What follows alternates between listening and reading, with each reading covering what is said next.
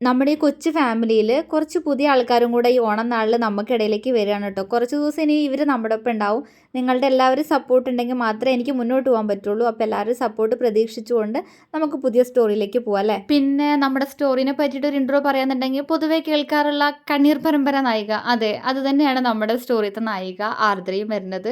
പിന്നെ നായകനെ കുറിച്ച് പറയാന്നുണ്ടെങ്കിൽ ഡബിൾ മീനിങ് സോങ് ആണ് ആളുടെ മെയിന്. പിന്നെ നായകൻ ഒരു നായകൻ മാത്രമല്ല നമ്മുടെ സ്റ്റോറിയിലുള്ളത്. പോകെ പോകെ നമുക്ക് മനസ്സിലാവും കേട്ടോ. രുദ്രാർദ്ര പ്രണയം ഭാഗം 1.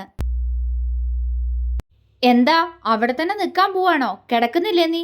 ഗൗരവത്തോടെയുള്ള അവന്റെ ശബ്ദം കേട്ടതും അവളുടെ കൈകൾ വിറച്ചുപോയി. അവൾ മൂളിക്കൊണ്ട് അവന്റെ മുഖത്തേക്ക് നോക്കി. അവന്റെ മുഖത്ത് നിറഞ്ഞു നിൽക്കുന്നത് അവളോടുള്ള വെറുപ്പാണ്. അവളുടെ കണ്ണൊന്നു കലങ്ങി. ഇനിയും ആരെ കാണിക്കാനാടി ഈ പൂങ്കണ്ണീർ ഒഴുക്കുന്ന നീ? നീ ആഗ്രഹിച്ചതല്ല നിനക്കെന്നെ കിട്ടിയില്ലേ?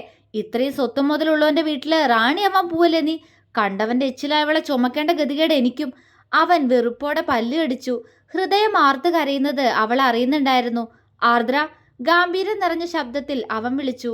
അവൾ കണ്ണു തുടച്ചുകൊണ്ട് അവന്റെ മുഖത്തേക്ക് നോക്കി. അവൻ അവളെ ആകെ മൊത്തം ഒഴിഞ്ഞു നോക്കുന്നുണ്ട്. വെളുത്ത നിറമാണ് അവൾക്ക്. അല്പം തടിച്ച ശരീരം, ഭംഗിയുള്ള നാസികയും കുഞ്ഞു ചുണ്ടുകൾ, മാൻപേട മിഴികളാണ്. പക്ഷെ ആ കണ്ണുകളിൽ ഇന്നൊരു സാഗരമുണ്ട്.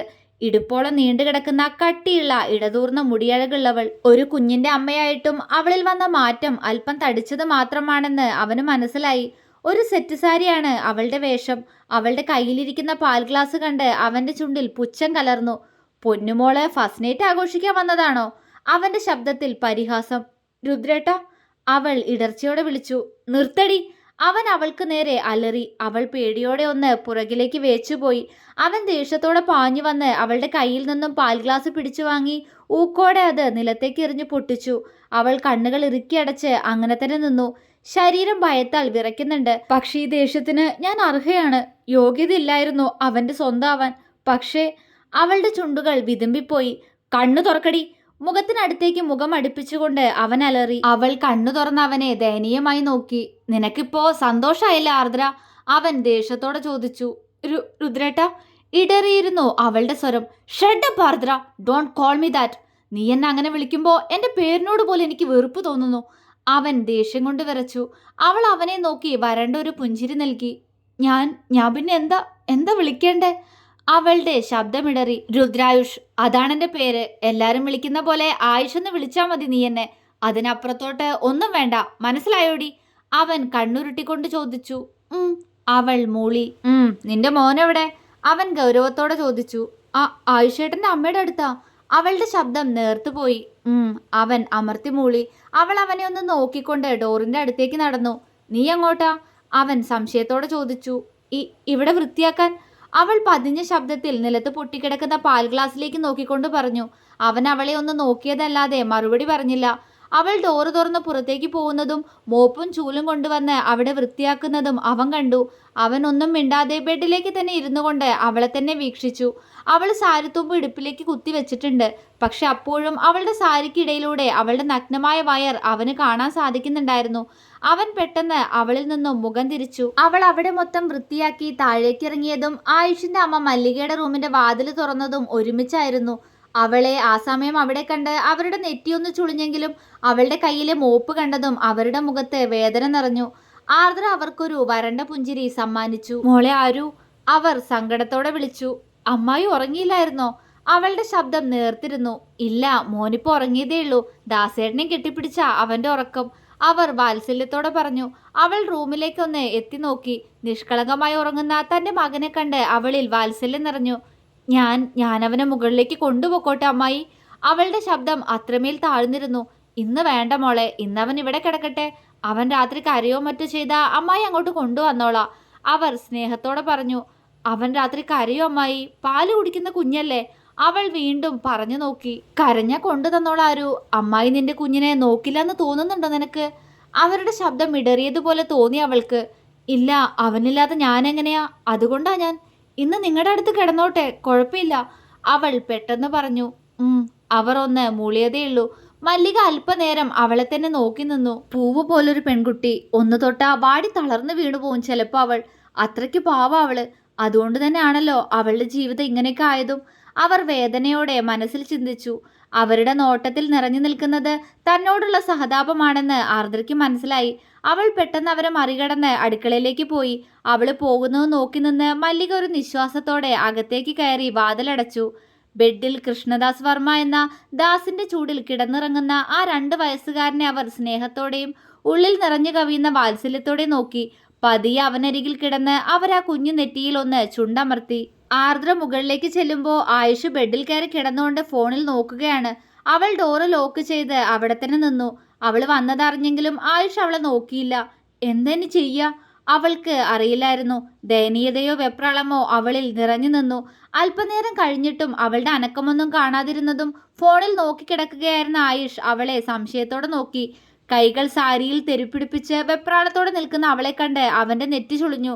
ഡി, അവിടെ നിന്ന് ഡാൻസ് കളിക്കാതെ ഇങ്ങോട്ട് വന്ന് കിടക്കടി കറുത്തമ്മേ, അവൻ ദേഷ്യത്തോടെ പറഞ്ഞു. അവൾ ഞെട്ടലോടെ അവന്റെ മുഖത്തേക്ക് നോക്കി. വർഷങ്ങൾക്ക് ശേഷം അവന്റെ വായിൽ നിന്നും ആ പേര് കേട്ടതും അവൾ പകച്ചുകൊണ്ട് അവനെ നോക്കി. ശരീരത്തിൽ ആകമാനം വിയർപ്പ് കണങ്ങൾ പ്രത്യക്ഷപ്പെട്ടു തുടങ്ങിയിരുന്നു. അവൾ അവനെ തന്നെ നോക്കി നിന്നു. ഇല്ല, ആ കണ്ണുകളില് തന്നോടുള്ളത് ദേഷ്യം മാത്ര. ഒരു വേള അവളുടെ മുഖം മങ്ങിപ്പോയിരുന്നു. അവൾ വിറയലോടെ അവൻ കിടന്നതിന്റെ നേരെ എതിർഭാഗത്ത് വന്ന് നിന്നു. അവൻ അവളെ നോക്കി കണ്ണുരുട്ടി. ഇവിടെ കിടന്നോട്ടെ അതോ നിലത്ത് കിടക്കണോ? അവൾ പതിയെ ചോദിച്ചു. കിടക്കാൻ സ്ഥലമില്ലെങ്കിൽ എൻ്റെ ദേഹത്ത് കയറി കിടന്നോ, എനിക്കും ഒരു സുഖമൊക്കെ കിട്ടുമല്ലോ, അവൻ വഷളച്ചിരിയോടെ പറഞ്ഞു. അവൾ പകപ്പോടെ അവനെ നോക്കി. അവന്റെ വാക്കുകളിൽ ഹൃദയം മുറിഞ്ഞ് രക്തം ചിന്തുന്നു. അല്പനേരം നിന്നിട്ടും അവള് കിടക്കുന്നില്ല എന്ന് കണ്ടതും അവൻ പെട്ടെന്നൊന്നുയർന്ന് അവളുടെ കയ്യിൽ പിടിച്ചു വലിച്ച് അവളെ അവന്റെ നെഞ്ചിലേക്ക് വലിച്ചിട്ടു. അവൾ ഞെട്ടലോടെ അവനിൽ നിന്നും പിടഞ്ഞു മാറാൻ ശ്രമിച്ചെങ്കിലും അവൻ അവളെ അതിനനുവദിക്കാതെ അങ്ങനെ തന്നെ അവന്റെ ശരീരത്തിലേക്ക് അവളെ ഒന്നുകൂടി അമർത്തി വെച്ചു. അവളുടെ മാറിടം അവന്റെ ദൃഢമായ നെഞ്ചിൽ ഞെരിഞ്ഞമർന്നു. ആയുഷേട്ടാ വിട്, അവൾ കണ്ണ് നിറച്ചുകൊണ്ട് അവനോട് പറഞ്ഞു.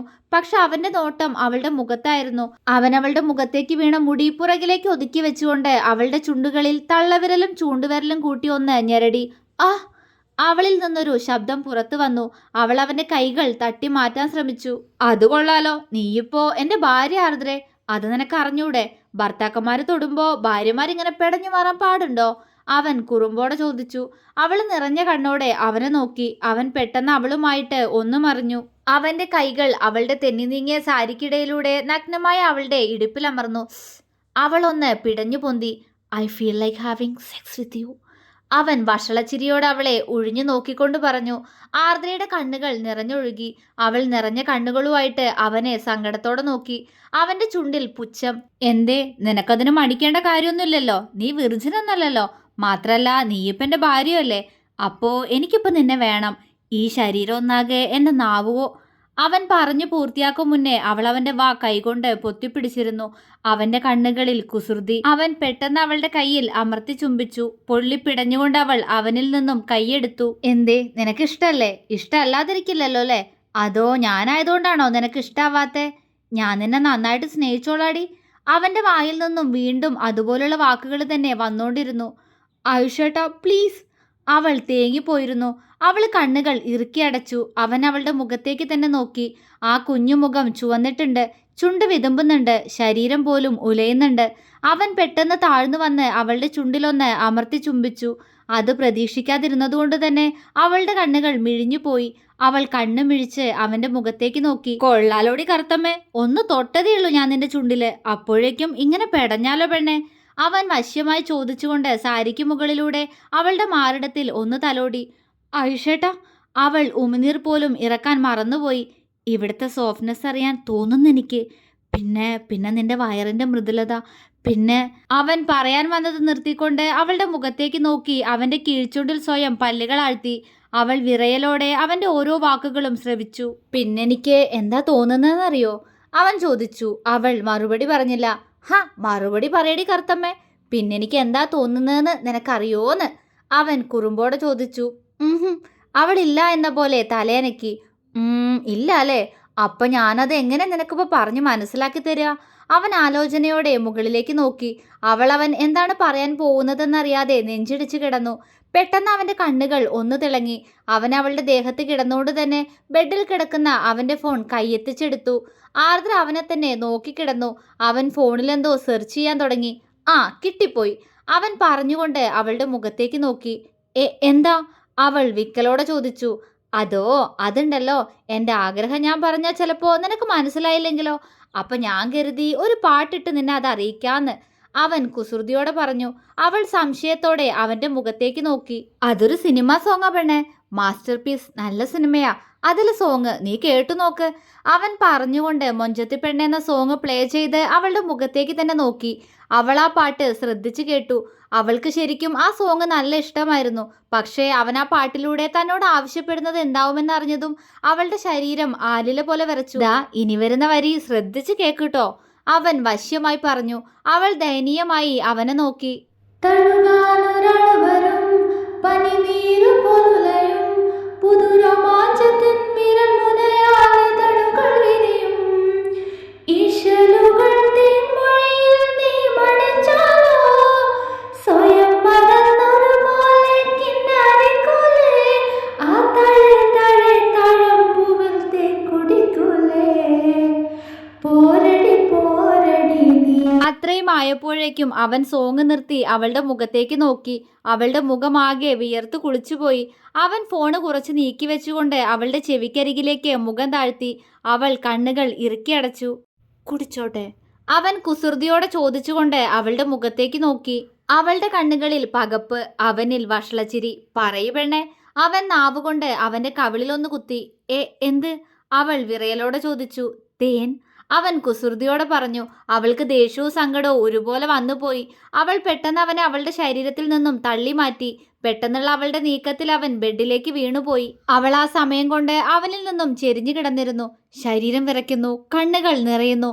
പെട്ടെന്ന് അവളെപ്പോലും ഞെട്ടിച്ചുകൊണ്ട് അവൻ അവളുടെ വയറിലൂടെ കൈ ചുറ്റി അവളെ അവന്റെ അടുത്തേക്ക് വലിച്ചു നീക്കി കിടത്തി. അവളൊന്ന് കുതറി. അടങ്ങി കടന്നോ നീ, അല്ലെങ്കിൽ കിട്ടു എന്റെ കയ്യിന്ന്, അവൻ ദേഷ്യത്തോടെ പറഞ്ഞു. അത് കേട്ടതും അവൾ അനങ്ങിയില്ല. അവൻ ഗൗരവത്തോടെ മൂളി. അവളുടെ വയറിൽ നിന്നും സാരി നീങ്ങുന്നത് അവൾ അറിഞ്ഞു. അവൾ കണ്ണുകൾ ഇറുക്കി അടച്ചു. അതേ നിമിഷം അവന്റെ മുഖം അവളുടെ കഴുത്തിൽ അമർന്നു. അവളിൽ നിന്നും ശബ്ദം ഉയർന്നുപോയി. അവൻ അവളുടെ വയറിൽ പതിയെ തലോടി. അവളുടെ ശരീരം വിറയ്ക്കുന്നത് അവൻ അറിയുന്നുണ്ടായിരുന്നു. ഇപ്പൊ നീ എന്നെ തടഞ്ഞു. ഓക്കെ, ഞാൻ ഇന്ന് നിന്നെ ഒന്നും ചെയ്യാൻ പോണില്ല. പക്ഷേ ഞാൻ ചെയ്യും. ആ പാട്ടിൽ നീ കേട്ടില്ലേ? എന്താലേ അതിൻ്റെയൊക്കെ അർത്ഥം? അവന്റെ ചിരി അവള് കേട്ടു. അവൾ മറുപടി പറഞ്ഞില്ല. അതുപോലെയൊക്കെ വേണം എനിക്ക്. അവൻ അവളുടെ കഴുത്തിൽ ഒന്ന് കടിച്ചു. അവൾ കുറുകി. ഞാൻ എടുത്തോളാം, അവൻ പറഞ്ഞുകൊണ്ട് അവളിൽ നിന്നൊന്ന് അകന്നു. അവൾ ശ്വാസം വിട്ടു. അവൻ പെട്ടെന്ന് അവളെ മലർത്തിക്കിടത്തി. അവൾ അവനെ പേടിയോടെ നോക്കി. നിന്റെ കുഞ്ഞിന്റെ അച്ഛനെ ഞാൻ ഇനി ഇവിടെ കാണരുത്. ഇപ്പൊ നീ എന്റെ ഭാര്യ, അതുകൊണ്ട് മേലാൽ അവനെ ഇവിടെ കാണരുത്, മനസ്സിലായോ? ആജ്ഞ നിറഞ്ഞിരുന്നു ആ ശബ്ദത്തിൽ. അവൾ കണ്ണു നിറച്ചുകൊണ്ട് അവനെ നോക്കി. എന്തിനാടി എന്ത് പറഞ്ഞാൽ ഇങ്ങനെ മോങ്ങുന്നേ? എന്തേ, അവന്റെ കൂടെ നിനക്ക് മതിയായില്ലാന്നുണ്ടോ? ഇനി ഞാനില്ലേ, ഞാൻ സാധിച്ചു തരാടി നിന്റെ ആഗ്രഹം. അവന്റെ വായിൽ നിന്നും വീണ്ടും ഡബിൾ മീനിങ് ഉള്ള വാക്കുകൾ തന്നെ പുറത്തേക്ക് വന്നു. ആയിഷേട്ടാ, അവൾ ഇടർച്ചയോടെ വിളിച്ചു. എന്താടി ചക്കരെ, അവൻ കുറുമ്പോടെ ചോദിച്ചു. അവള് വിറയലോടെ അവനെ നോക്കി. പറയൂ പെണ്ണെ, നീയൊന്ന് പ്രസവിച്ചെങ്കിലും ഉടഞ്ഞിട്ടൊന്നുമില്ലാട്ടോ.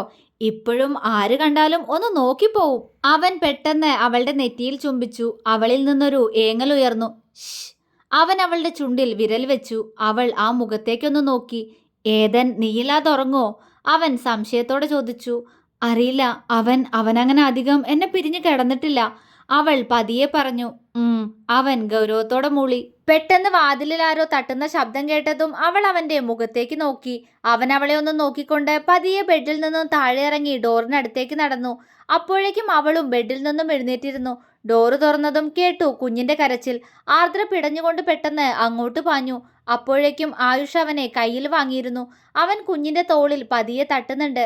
അവൾ കുഞ്ഞിനെ ഒന്ന് നോക്കി പുറത്തു നിൽക്കുന്ന മല്ലികയെ നോക്കി. നല്ല കരച്ചില്, കുഞ്ഞിനെ വിശക്കുന്നു തോന്നണു മോളെ. പാല് കൊടുത്തിട്ട് ഇങ്ങോട്ട് താ, അമ്മ താഴേക്ക് കൊണ്ടുപോവാ, മല്ലിക പറഞ്ഞു. ഇനിയിപ്പോ കൊണ്ടുപോവണ്ട അമ്മേ, അവൻ ഇവിടെ കിടന്നോട്ടെ, അമ്മ പോയി കിടക്കാൻ നോക്കൂ, ആയുഷ് കുഞ്ഞിന്റെ പുറത്ത് തട്ടിക്കൊണ്ട് മല്ലികയോട് പറഞ്ഞു. മല്ലിക തലകുലുക്കി താഴേക്ക് പോയി. അവൻ കുഞ്ഞുമായി ബെഡിൽ പോയിരുന്നു. അവൻ അപ്പോഴും നല്ല കരച്ചിൽ തന്നെയാണ്. അവൾ വേഗം ഡോറ് ലോക്ക് ചെയ്ത് അവനടുത്തേക്ക് വന്നിരുന്നു. ഇന്നാ, നിന്റെ കുഞ്ഞിന് വിശക്കുന്നുണ്ടാവും, പാല് കൊടുക്ക്, അവൻ പറഞ്ഞുകൊണ്ട് കുഞ്ഞിനെ അവളുടെ മടിയിലേക്ക് വെച്ചു കൊടുത്തു. അവൾ തലയാട്ടി. അല്പനേരം അവൾ കുഞ്ഞിനെ തട്ടി കരച്ചിൽ മാറ്റാൻ ശ്രമിച്ചുകൊണ്ടിരുന്നു. ആയിഷ അപ്പോഴും അവിടെ തന്നെ ഇരിക്കുകയാണ്. എടീ, കുഞ്ഞ് കരയുന്ന കണ്ടില്ലേ, അതിന് പാല് കൊടുക്ക്, അവൻ അവളെ ദേഷ്യത്തോടെ നോക്കിക്കൊണ്ട് പറഞ്ഞു. അവൾ വല്ലായ്മയോടെ അവനെ നോക്കി. എന്തേ? അവന്റെ നെറ്റി ചുളിഞ്ഞു. അത് പിന്നെ ഏട്ടൻ എന്തിനാ ഇവിടെ ഇരിക്കുന്നെ? മാറിയിരിക്കോ, എനിക്ക് പാല് കൊടുക്കാൻ. അവൾ വിറയലോട് അവന്റെ മുഖത്തേക്ക് നോക്കാതെ പറഞ്ഞു. അല്പനേരം കഴിഞ്ഞിട്ടും അവനിൽ നിന്ന് മറുപടി ഒന്നും കേൾക്കാഞ്ഞതും അവൾ സംശയത്തോടെ അവന്റെ മുഖത്തേക്ക് നോക്കി. ദേഷ്യം കൊണ്ട് അവന്റെ മുഖം ആകെ ചുവന്നിട്ടുണ്ട്. ആയുഷേട്ടാ, അവൾ പേടിയോടെ വിളിച്ചു. ഇത് എന്റെ റൂമാ, ഞാൻ ഇവിടെ തന്നെ ഇരിക്കും. നീ കുഞ്ഞിന് പാല് കൊടുക്കാൻ നോക്കടി. നിന്റെ ഇച്ചായനെ കാണിച്ചു കൊടുത്തത് ഞാൻ കാണുന്നു വെച്ചാവൂല്ലേ? അവൻ ദേഷ്യത്തോടെ പറഞ്ഞു. അവള് പേടിയോടെ അവനെ നോക്കി. അവന്റെ കടുപ്പിച്ചുള്ള നോട്ടം കണ്ടതും അവൾ ബ്ലൗസിന്റെ ഹുക്കഴിച്ചു. ഒപ്പം കണ്ണുകൾ ഇറുകെ പൂട്ടിക്കൊണ്ട് കുഞ്ഞിന്റെ വായിലേക്ക് അവളുടെ മാറെടുത്ത് നിപ്പിള് മുട്ടിച്ചു വെച്ചു. കുഞ്ഞിന്റെ കരച്ചിൽ നിന്നു. അവൾ പതിയെ കണ്ണുകൾ തുറന്ന് കുഞ്ഞിന്റെ മുഖത്തേക്ക് നോക്കി. കണ്ണുകൾ അടച്ചുകൊണ്ട് പാല് നുണയുന്ന അവനെ കണ്ട് അവളിൽ വാത്സല്യം നിറഞ്ഞു. പെട്ടെന്ന് ബോധം വന്നതുപോലെ അവൾ ആയുഷിന്റെ മുഖത്തേക്ക് തലയുയർത്തി നോക്കി. അവിടെ കണ്ട കാഴ്ചയിൽ അവളുടെ ശരീരം ഒന്ന് വിറച്ചുപോയി. തുടരും. അപ്പോൾ നമ്മുടെ പുതിയ സ്റ്റോറി ഇവിടെ തുടങ്ങി വെക്കാണ് കേട്ടോ. എൻ്റെ എല്ലാ സ്റ്റോറിയും പോലെ തന്നെ നിങ്ങൾക്ക് ഈ ഒരു സ്റ്റോറി ഇഷ്ടാവും തന്നെയാണ് എൻ്റെ പ്രതീക്ഷ. അപ്പോൾ എല്ലാവരും കൂടെ തന്നെ ഉണ്ടാവണം. സബ്സ്ക്രൈബ് ചെയ്യാത്ത ആരെങ്കിലും നമ്മുടെ സ്റ്റോറി കേൾക്കുന്നുണ്ടെങ്കിൽ സബ്സ്ക്രൈബ് ചെയ്ത് സപ്പോർട്ടും കൂടെ ചെയ്യണേ. ഉടനെ അടുത്ത പാർട്ടിലോട്ട് വരാം.